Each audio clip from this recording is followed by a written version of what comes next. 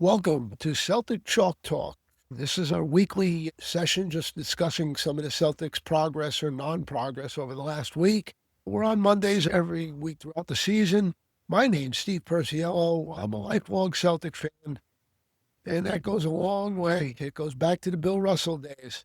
This week, we're going to talk about the Celtics and what went on. We opened the week with a game against Philly, and should have won it. First half, they shot 28%. And it was a slog. The second half, they came to life. They had a lead down the stretch, and they lost it. Another game where they were winning and should have held on. I believe they're 2-5 in games that are considered clutch games, which means I think inside 5 points with 5 minutes left. And that's not a good sign. Kelly Oubre won the game when he put a foot back at the buzzer, or right before the buzzer, and it cost him the game, obviously. Cana could have won it. Derek White fumbled the pass from Jaylen Brown at the buzzer, threw up a prayer from 40 feet. Cana went above the rim, caught it, and I don't know if he tried to tip it or what exactly, but he missed. And that was the game. Terrible loss. There were some great things, though, in the game. One of the things that I can't talk enough about, Walsh. Jordan Walsh has just played tremendous defense. Against Maxie, he guarded him for 6 minutes or so, 6 minutes. Maxie went 1 for 9, and he had 2 free throws and 2 assists. So, again, he just did a tremendous job. And remember, Tyrese Maxey always kills the Celtics. So that's a good start right there. And his play is just great. The other thing that was glaring was Anthony Simons. He went on a heater in the second, I believe in the third quarter when Boston was struggling, and he got him back in the game. You watch Anthony Simons, and he could have a role like the old Detroit Pistons, the microwave, Vinnie Johnson. He just comes off the bench, and if he's got it going, boy, he's tough to stop. And in this game, he was one of the people that was the energy in bringing Boston back in this game. They came back, and they should have won the game, as I said. Just a tough way to win, to lose a game. The next game they played Memphis. Now, I guess I could spend an hour talking about Memphis's problems. They have a ton of problems. Ja didn't play in this game, and Boston just blew them out. You almost feel for Memphis for what they're going through. They were pretty good a couple years ago, and it's just deteriorated since. There's not a lot to talk about. Boston just had an easy time of it from beginning to end. Never close. And then yesterday, they played the Clippers in a very interesting. To win the game, they had to survive a 3 at the buzzer by Harden, who went off. I think he had 11 points in the last minute or two. And he had 2 threes to get him close. The Clippers ran a beautiful play where they had the long pass inbounds from behind Boston's basket all the way down to the foul line to Zubac, and he flipped it back. Harden, who had about 3 or 4 feet behind the 3-point line 3, and he front rimmed it. Boston did manage to hold on, and Boston was lucky. They should have been prepared for that. They could have fouled and forced them to have to rebound and put something back in when Zubac caught the ball. They didn't. I want to think that Missoula explained not to, because I think a coach needs to have his finger on that situation and know what he wants his team to do. But that was how they survived. What was good about the game, Boston proved for the first time they can win some tough games. Maybe that's a growth thing. They will grow from that. That's what you can hope for. It only takes one game to do something like that and say, okay, we're going to pull this one off, and believing in it. That's the piece that's good. Brown had over 30. I think he had 33, 14 rebounds. Fourth quarter, he went off. Didn't shoot well, though. He missed a lot of layups. Really not one of his best games. Key points were Pritchard and Derek White, who have not shot threes, and I'll mention that later, not shot threes real well this year. They both were 50% or so in that game. And those were things, as they progress, Boston will get better. Again, they're 7-7 now without great play from Pritchard and White until yesterday, really. And now they're starting to come out of it. It was needed. And that type of game is what's needed. Cana and Garza played very well as a combo. They did real well. I'll talk more about that in a second. I want to mention something that's really interesting to me. The Celtics have a 4-point plus 4.1 point differential so far this year.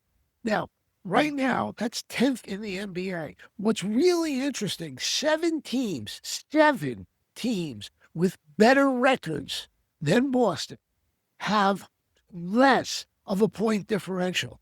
What does that mean? Again, we go back to not winning close games. Hopefully, they begin to win and fit, because I would think with the situation they're in, they should be more like 10, a couple more wins, 2 or 3 more wins on the year, and maybe 9-5 type team. And hopefully they will get there coming off that game. But there are 7 teams, like I said, with better records below. It's just mind-boggling, and it tells you. But don't forget, this is a new group. A new group is going to take time, and they lost their best player, who has been out, Jason Tatum. It takes a while. Now, when we talk about different things, a couple things Boston needs to work on. They foul way too much. It seems like teams are in the bonus at all times. When we talked about Pritchard and White, just want to mention, Boston as a team is shooting only 34% from three. This is a team that lives on threes. They want to get high. For example, Anthony Simons at 39. Jaylen Brown is at 34. What's really interesting about this is Payton Pritchard's only at 32 and Derek White's at 31. Now, I'm not a betting man, but if I were a betting man, I have to believe that both of those guys will be at least 36 or 37% when the season ends. And Jaylen Brown should go up a little bit also. So that's one good thing. The other thing you like about this team, they play hard, they want to win, and they seem committed to the team. You got on a team like that, because most teams aren't. There's always 1 or 2 guys. Of course, they're playing for contracts, and they're always thinking team first. This team, it seems to be. You watch closely, and you see a guy like Anthony Simons, who really, he can play. I don't know if he has a great role with this team, but he plays hard every time he goes out there. This is a guy that averaged 20 points a game, and he's being put in a position where he's not going to score those points, and he's not getting the minutes that he wanted. So it's fun to watch. I have to give Joe Mazzulla a ton of credit, because if you think about the NBA, it's a players' league. Players play. Coaches set the way they're going to play, but the players have responded quite well to Mazzulla, and that is a great positive. I talk a lot about they need a big man. You know what? I'm starting to believe that maybe Cana can be that guy. He's playing better and better, getting a couple double-doubles along the way, and he's developing. He's still got some work, but he's developing. And for Boston, they're not paying him a lot. They got another year on his contract. That could be a good thing. The other thing that fits, and by the way, Cana is becoming a good rim protector. Luka Garza is a nice 1B player, center, backup center, whatever you want to say. But he's not a rim protector. But he does a lot of things on the court that keep him out there, and you like him. The problem is, again, the protection of the rim isn't there when he's in the game. So that's something that you have to look at. Other players, I just want to mention, Jordan Walsh, I don't know what happened here. This guy played in the summer league, wasn't dominant. This year, you waited for him to start becoming a player. He's become a player. He's a very good defensive player, and with time, he will be a great defensive player. He can really defend, and that's a great thing. And the other thing he is a spark. He's a spark. Now, it's also a couple things. It's interesting to watch how Mazzulla's been playing Ugo Gonzalez and Shireman. Yesterday, Shireman got the minutes. Ugo did. I would strongly suggest, if you're not going to use Ugo, I would get him in Maine and let him get some minutes, because I think he's a player. Jaylen Brown pointed out that he sat out a lot of games his rookie year and things worked out well, and he thinks it'll work out for Ugo. I believe that, but I just want to see him play. That's not to take away from Shireman, because Shireman hustles, can defend, can hit the open three. So there's some good things out of Shireman, and he did some nice things in yesterday's game. So that's an interesting thing. Jaylen Brown, you got to say great things about him. He's come in.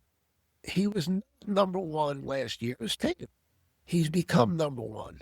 He's the guy that wants the ball down the stretch, and he's the guy that makes things happen. And by the way, he just doesn't miss from mid-range. It's always bottom of the net every time he shoots, or he's shooting well over, I'd say over 60% with his mid-range. And that's 14 to 18 feet type thing. And he's got so many moves and things he can do that he gets himself open and can hit the shot. And that's really a great thing. I mentioned Anthony Simons before. I'm going to mention him again. This is a guy who can play. He can score. And he's hustling, playing hard on defense. Not a great defender, but he's playing hard. That's all you want. I don't know if there's a role for him. And if looking down the road when Tatum comes back, I just don't see a big role for him.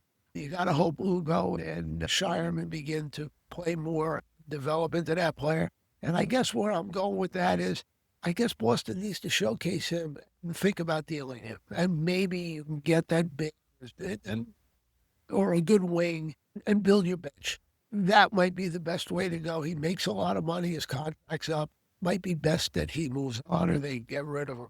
Though while they have him, they have Vinnie Johnson, the human microwave. He can come in and throw him in at any time. And if he gets on a heater, we've seen it a couple times this year, look out. He can get to 20 points in no time, and that's a great thing. The other thing that I noticed was Sam Hauser. Hauser's not shooting well. If he can't shoot, he can't play. It's really simple. He's making $11 million. Maybe it's time to think about this, and what do you want to do with him? Right now, he got to hope that he comes out of a slump. He's too good a shooter to shoot this poorly. He's 33%, I believe, from three. That's not Hauser. This is the guy that would throw 7 or 8 in the game, like last year against Washington. It just isn't there. Now, when I talk about the Celtics, I'm just going to mention a couple things. First of all, I think this team is headed for something. I think they're pretty good. I think they're going to be in the playoffs, and I think they can do very well. This could be a great year for them. Not a great year, but a year that they can make some trouble. If Tatum comes back, they really can make some trouble. But I like this team, and I think they're going to do fine. That's all for now. Be sure to listen next week, and we'll do it again. And we'll talk about this week's games. 2 games with the Nets, and a Sunday with Orlando, which will be interesting. Hopefully we can get the sweep and get it rolling. Boston, it looks like they can develop into a pretty good team, as I said. Please tune in every week. We'll have a new one about the Celtics, and glad to hear your comments. Thank you.